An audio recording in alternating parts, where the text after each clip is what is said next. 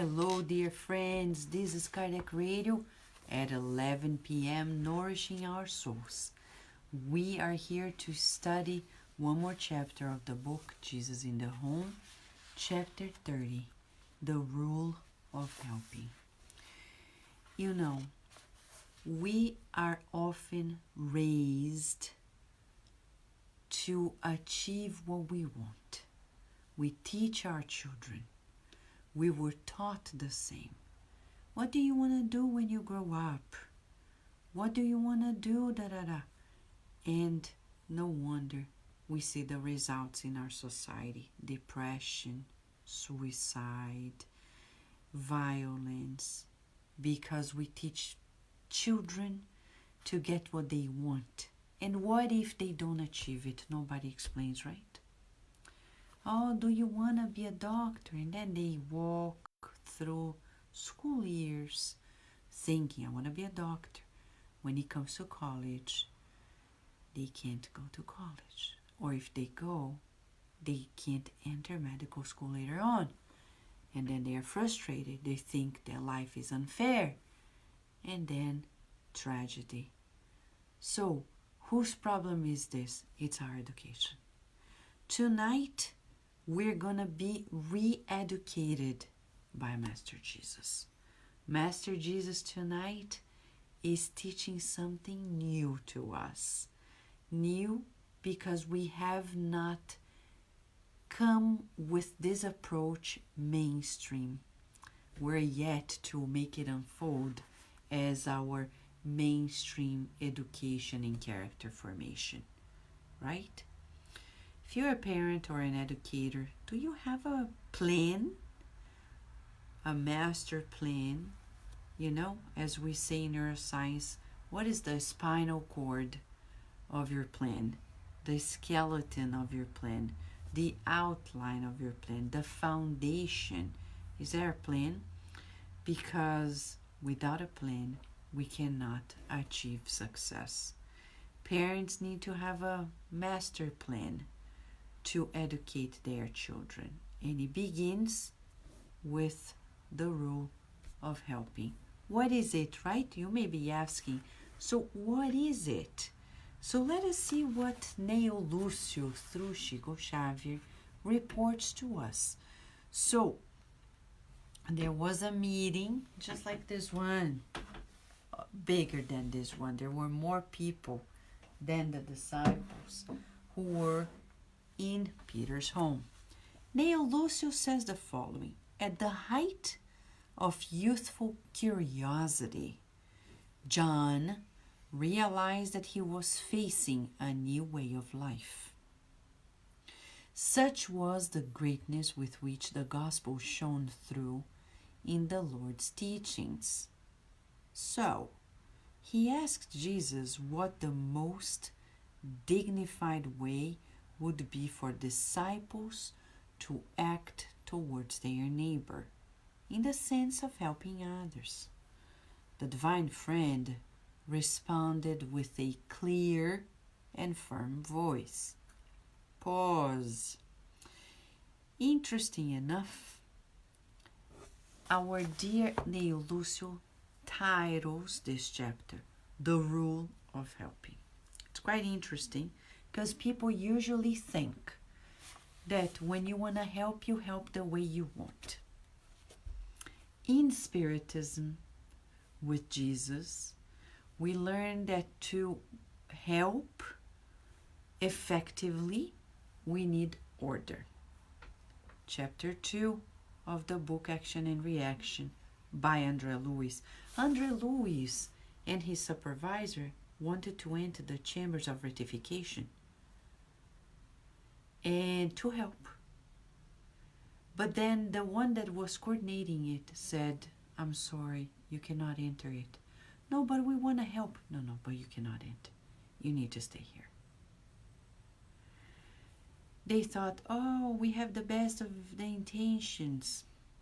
And then throughout the chapter, you see that the coordinator was right. Let us read Action and Reaction by André Luiz through Chico Xavier, okay?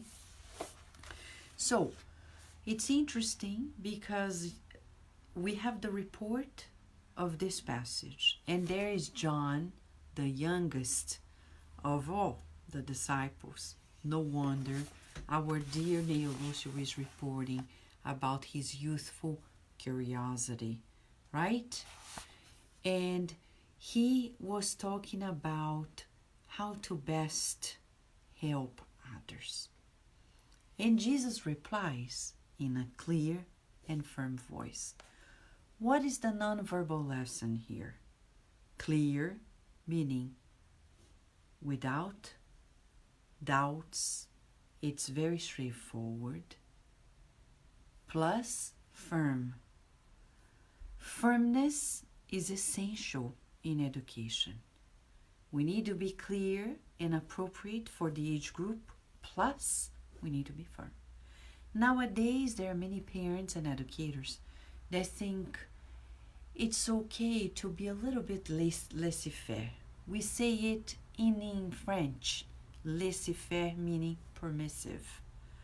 Let they do what they want. I don't think so. Jesus teaches us that it's important to combine kindness with firmness.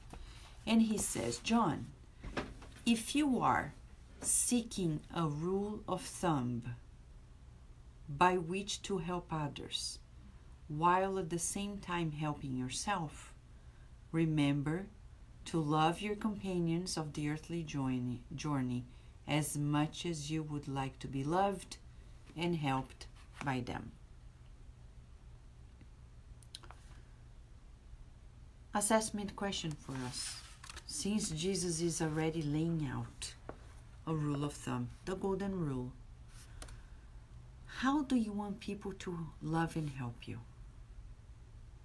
The way you help them? That's a good question, right? Would I like that people approach me in this way? Or not? That's an assessment question for us. And then John replied. Actually, Jesus continues. Under the pretext of fostering the truth, don't make your life a battle in which your feet walk the earth like a fierce warrior in the desert. Remember that most ill persons already realize to some degree what their illness is, and so they need friendship and understanding more than they need medicine. Friendship and understanding. So people don't need us lecturing them. Bear in mind that there is not one soul on earth who doesn't have difficult problems to resolve. Because of this, learn to show fraternal courtesy towards all of them. So we need to learn boundaries. He talked about a major word here, courtesy.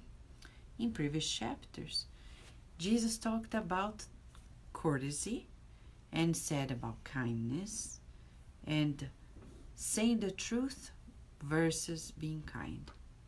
We're talking about manners. In a way, good manners matter. Yes. If we have an appointment, good manners say, be there on time. This is respect.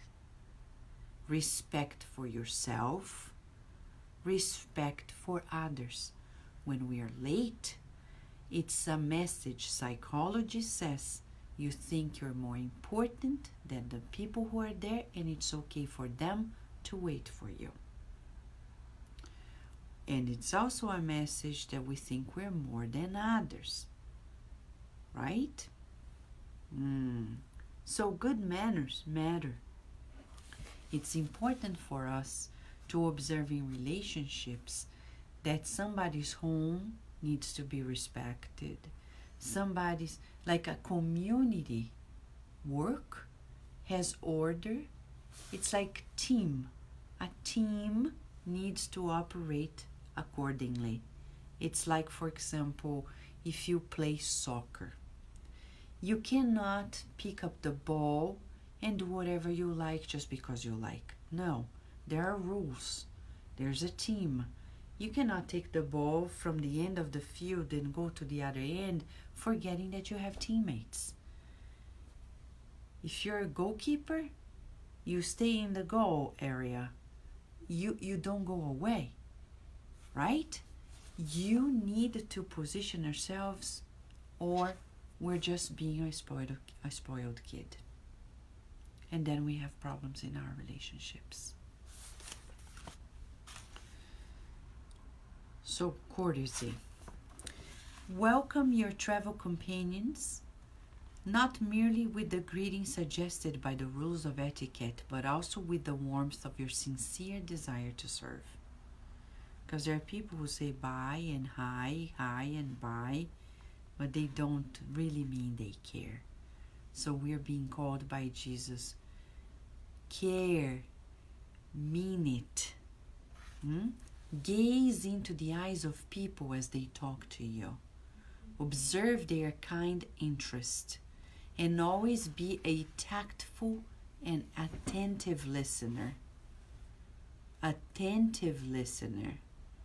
Don't raise your voice too loudly, because the certainty and serenity with which the most serious of matters should be dealt does not depend upon how loudly they are discussed. Refrain from taking part in futile conversations. Undignified comments are always a criminal invasion into personal matters. I think this chapter is for us. An etiquette course, Spiritist etiquette, Jesus etiquette. If we could summarize it, we should probably make it like a table, and from Monday through Sunday, check, like a checklist, if we're doing this. It's Jesus etiquette checklist. He's saying, refrain from undignified comments. It's a criminal invasion into personal matters. So interesting. People get divorced, and people who don't know anything, they start assuming things, talking about things as if they knew the behind the scenes. People have their issues. Sometimes people get sick, and we have people who are so cruel that they talk bad about the person who is sick, saying, of course he or she is sick. They never eat well. They eat too much sugar. Or they have resentment, that's why they have cancer. So we have this cruel conversations on the behind the scenes. And Jesus is saying, it's a crime before God to do so. Praise those who are industrious. But what do? We usually envy them, are jealous of them. Why do they always succeed? Why do they always have a good idea? Why not me? And even when faced with those who are evil and lazy, try to exalt the good they are capable of doing. We need to help other people realize that they are better than they think they are. Encouragement, right? Flee pessimism, but wisely keep with individuals who are enterprising in carrying out respectable yet fleeting businesses in the world.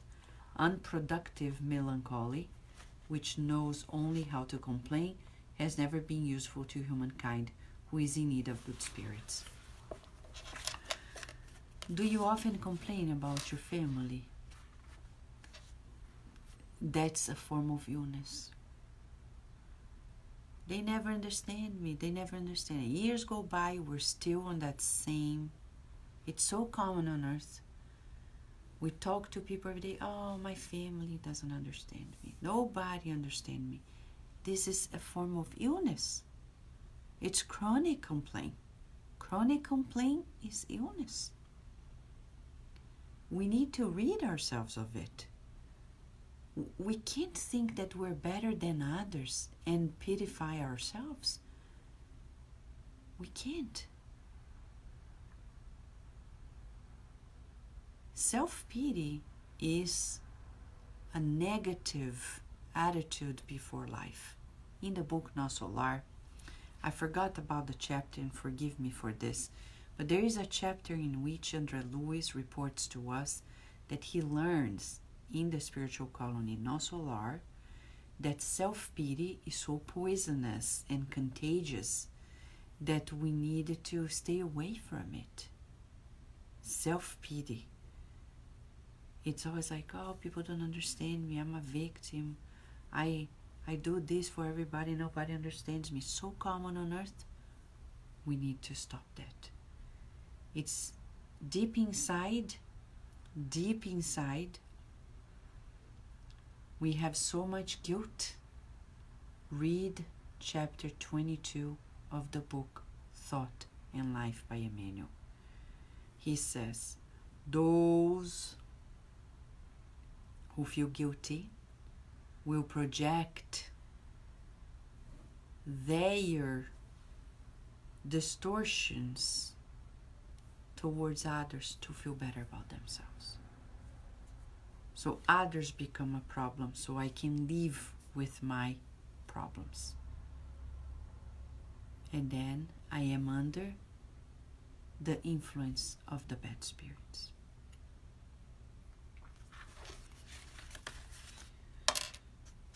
Make daily use of the shiny key of a friendly smile. This master is unprecedented, huh? And this is 2,000 years ago. No wonder he was crucified, and probably we would crucify him again. Why? He's too happy. It enerves people. Somebody smiling all the time. He's smiling all the time. Remember, when I moved to the United States,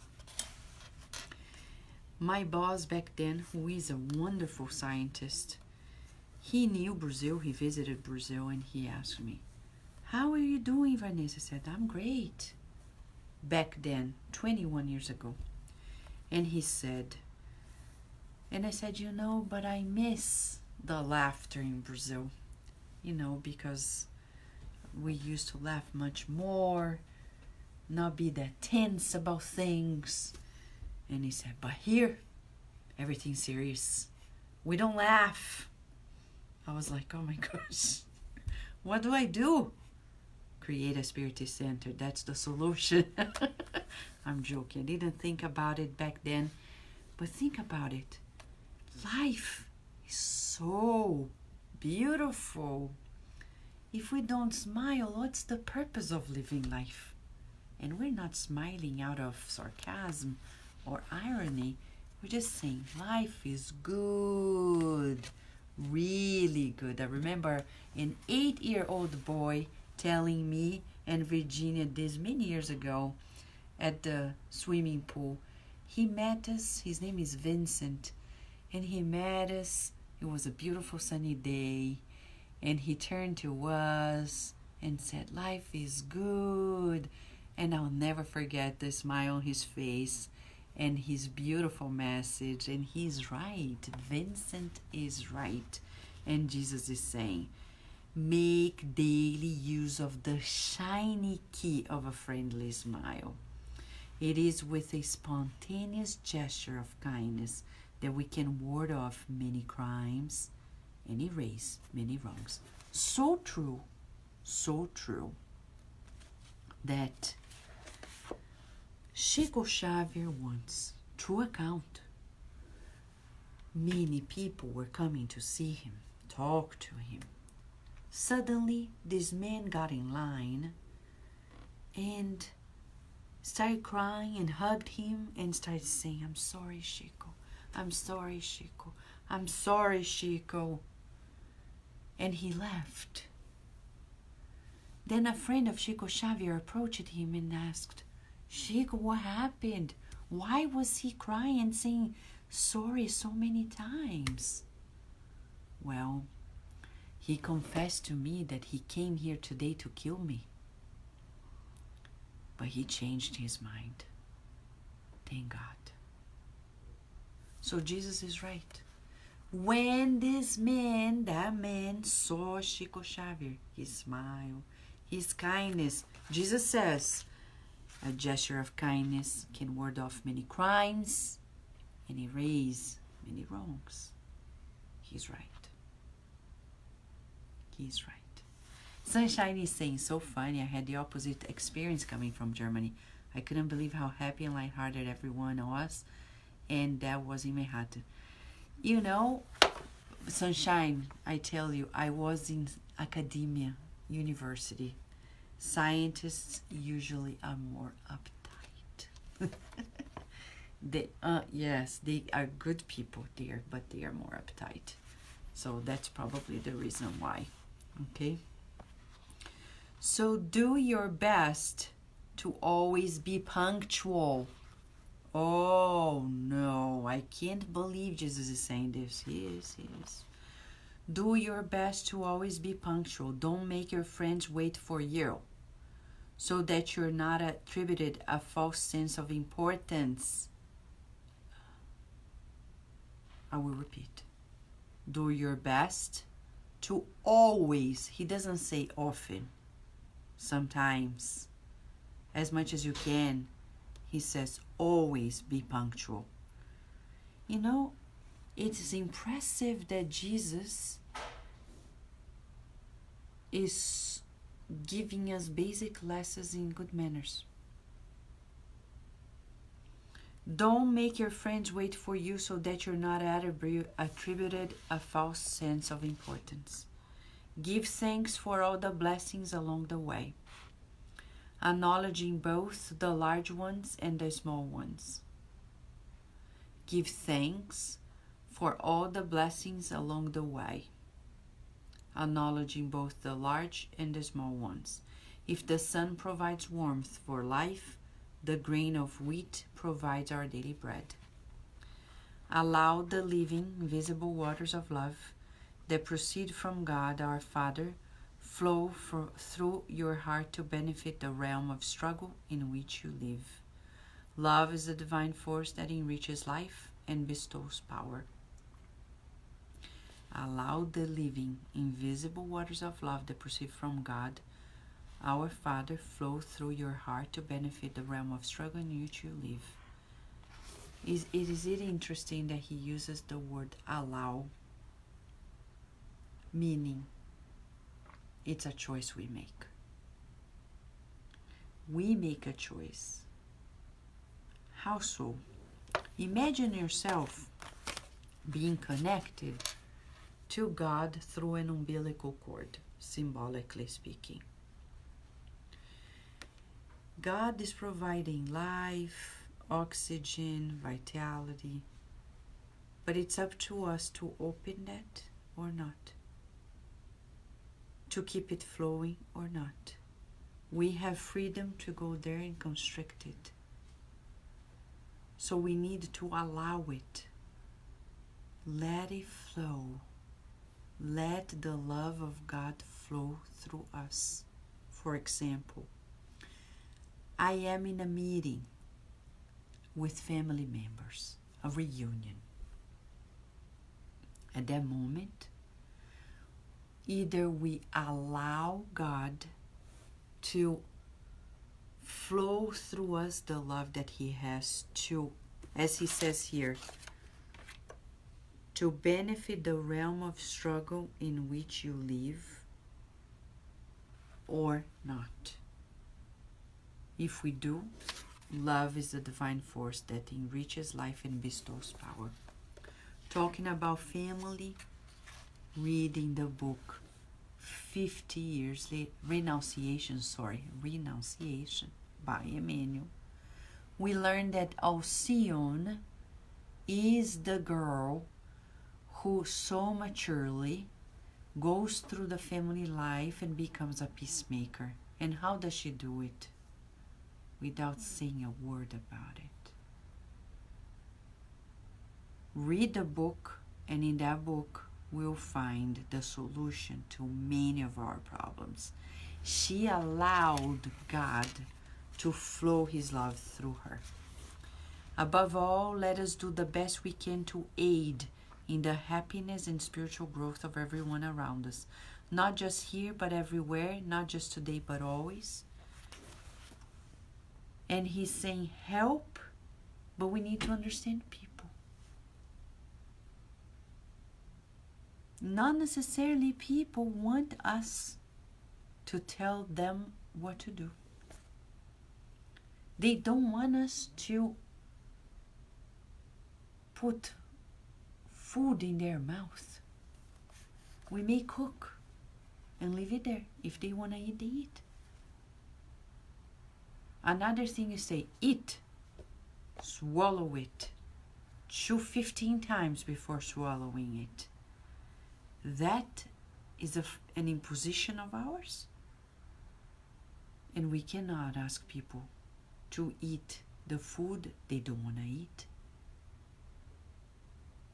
If Spiritism is good for us, let us show to them without words that it makes us so balanced, so liberated, that they feel inspired to come and do the same.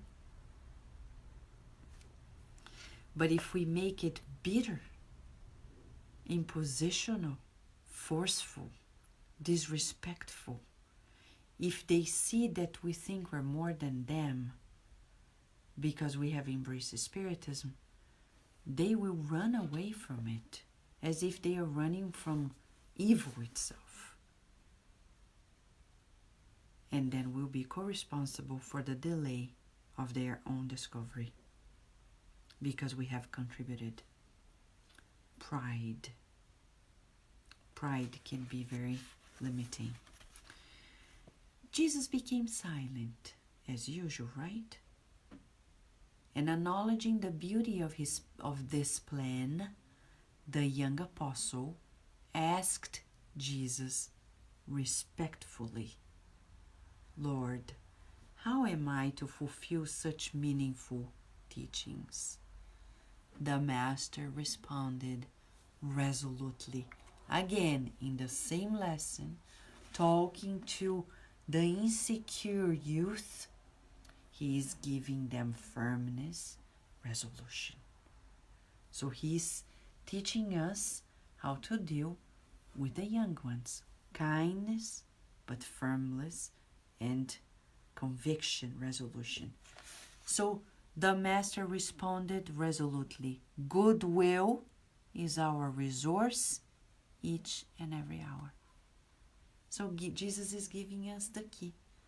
If you want to fulfill this, all we need is goodwill. And patting the troubled apostle on the head, he brought the evening's prayer session to a close. This is a true Master. He is so kind. Patting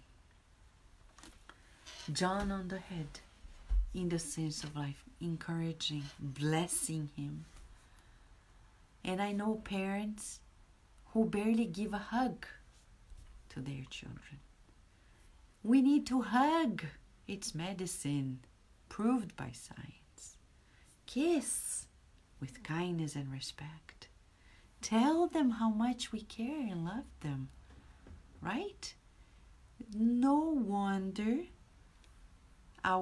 one of our five senses is touch. And, science says that just by doing this in our hand, we're releasing endorphins. And endorphins are painkillers, natural, analgesic inside of us. Sometimes people have headaches. All they need is a little bit of love. And I'm saying this without the sexual approach. We're talking about true kindness. So just by doing this, dogs, cats, birds, just by doing this, or here, By hugging, we're releasing happy molecules, joyful molecules. In this message today, Jesus is giving us a lesson on good manners for immortality. So let's make a checklist, okay? Checklist. It begins. First, love others as you'd like to be loved and helped. 2, remember that people know what they need, that they have a problem, but they need friendship and understanding more than medicine. More than lecturing, they need friendship and understanding. Jesus is telling us, and I'm just reading it. 3, he says, show fraternal courtesy towards all. So we need a course on good manners. I'm going to give a tip because recently we were asked by the good spirits to bring lessons on good manners to the center, to the children. Add as part of the children's program. So researching on the internet, in the many schools of etiquette and good manners that there is in the United States, we found at Amazon a beautiful DVD of children teaching good manners to children and other books as well. And I'm going to show it to you in a second, okay?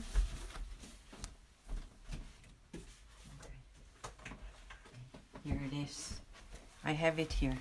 So this is what every kid should know about manners and etiquette. Amazing advantage for kids. This is a DVD I would recommend for adults and children. Okay. A book on good manners for kids, the basics. Okay. By Sarah Gorfinkel and Marian Theodore. This is the other one. This is more for teenagers. Dude, that's rude. Get some manners. This is a good book, very illustrated. Okay.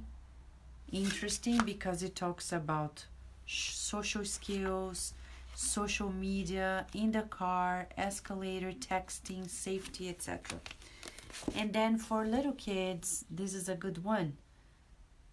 The Bernstein Bears, Forget Their Manners. It's interesting because it's the basics for little kids, okay? So these are some of the materials we have provided can help children, but also adults, because we need to know in order to live better. Do you think Jesus had good manners? We never talk about it, right? But we've never heard he was an animal when eating. That he would eat like, that he would do disgusting things, right? It's so interesting because nowadays we're in a search-free world that people have lost their sense, the common sense regarding basic manners. And no wonder Jesus is teaching manners to our very John the Evangelist at his young age, because we all need it and it's immortalized for us. Thank you, Rudy. So he says, welcome your travel companions, not merely with greeting by the rules of etiquette, but he adds, sincere desire to serve. So we not only say, hello, how are you? But we really mean it. Hello, how are you? Meaning, I care. Gaze into the eyes of people when you talk to them. Show kind interest. Be an attentive listener. Don't raise your voice too loud. It's amazing. This chapter is pure etiquette. Spiritist etiquette.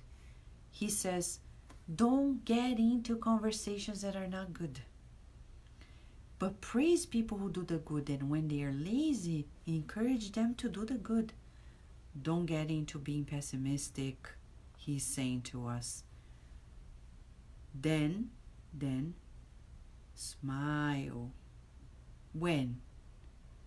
Smile when your heart is aching as well. Exactly. Smile. Da, da, da, da, da, da. It doesn't matter. We enter relationships and we say, hello, how are you? We smile everywhere. Why are you smiling? Cause I'm happy. Da, da, dee, da, dee, da, da. Well, who is not happy? They haven't discovered yet, right? Do your best to be punctual. Don't think you're more important than others to come late. You're not the bride all the time.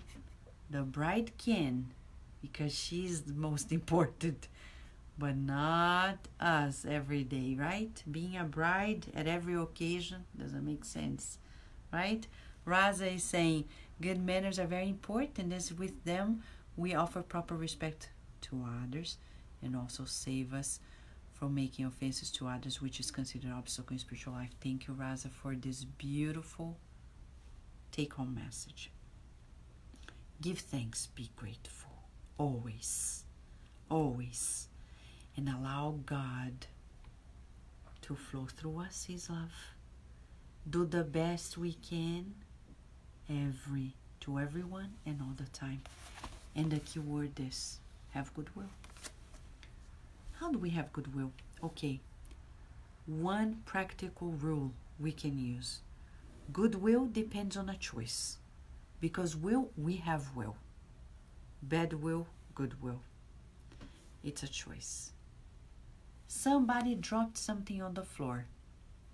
I can ask myself, how can I serve? I then use my will to stand up, go there, pick up. That's goodwill.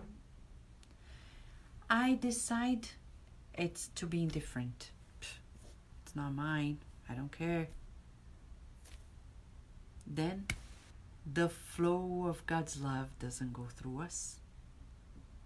So it all begins with a choice. Seeking the good, goodwill, and then do the good. And where there's good, there is God. Done. Easy peasy, lemon squeezy. Yay! We made it.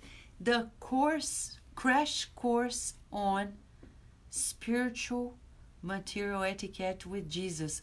Who would ever imagine we would learn in a blink of an eye a crash course on etiquette, true, deep, immortal etiquette with Jesus, the rule of helping, have goodwill, and the rest is just a natural consequence.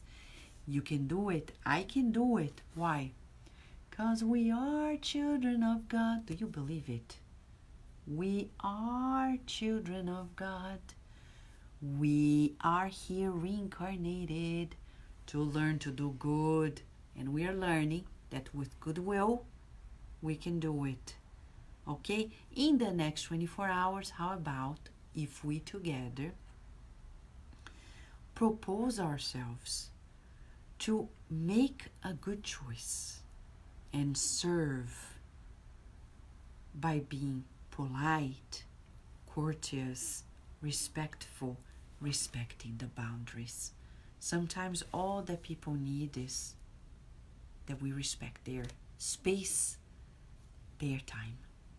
Right? Right, sunshine? So, say hi to everybody. Jailton, hello. Valéria Benfica, welcome. Raquel Bakeshi, how are you? Amanda Andrade, big hug. Justina Martin, a kiss to you and the family. Adilson, big brother, to you, and hopefully Matthew is well. Renata, big hug to you and Maxie. Rosie, how are you? Long time no see you. Daisy, always good to have you around. Hello, John, how have you been? Andrea Torres, you're here. What a joy. Sol Souza, big hug to you and Luana, right? Sunshine, thank you for always being in the group. Teresa Castro, big hug to you. Raza, what a joy to see you here. Juliana, big hug to you. Nora Brasil, Angelita, Fraternity Without Borders. Célio, how are you? River Smith, welcome. Alicia, Rudy, and Carol Correa is here too. Believe, look at her. She is here, right, Carol? Yes, hi friends. Yeah. It's nice to be with you and Master Jesus. Thank you. And you know, you saw the smile. She means it. You can feel it, right? Tomorrow, Carol will be at Kardec Radio at 6 p.m. Another God at Home meeting, the Spirit's Book by Kardec directly with you, 6 p.m. every Saturday. Thank you, Rudy, for asking. I'm happy to be here with you. It's a joy to have this intercontinental classroom together, friends. So, together forever, you stay in my heart and I will love you. Right? Big hug to you. Until tomorrow, God willing.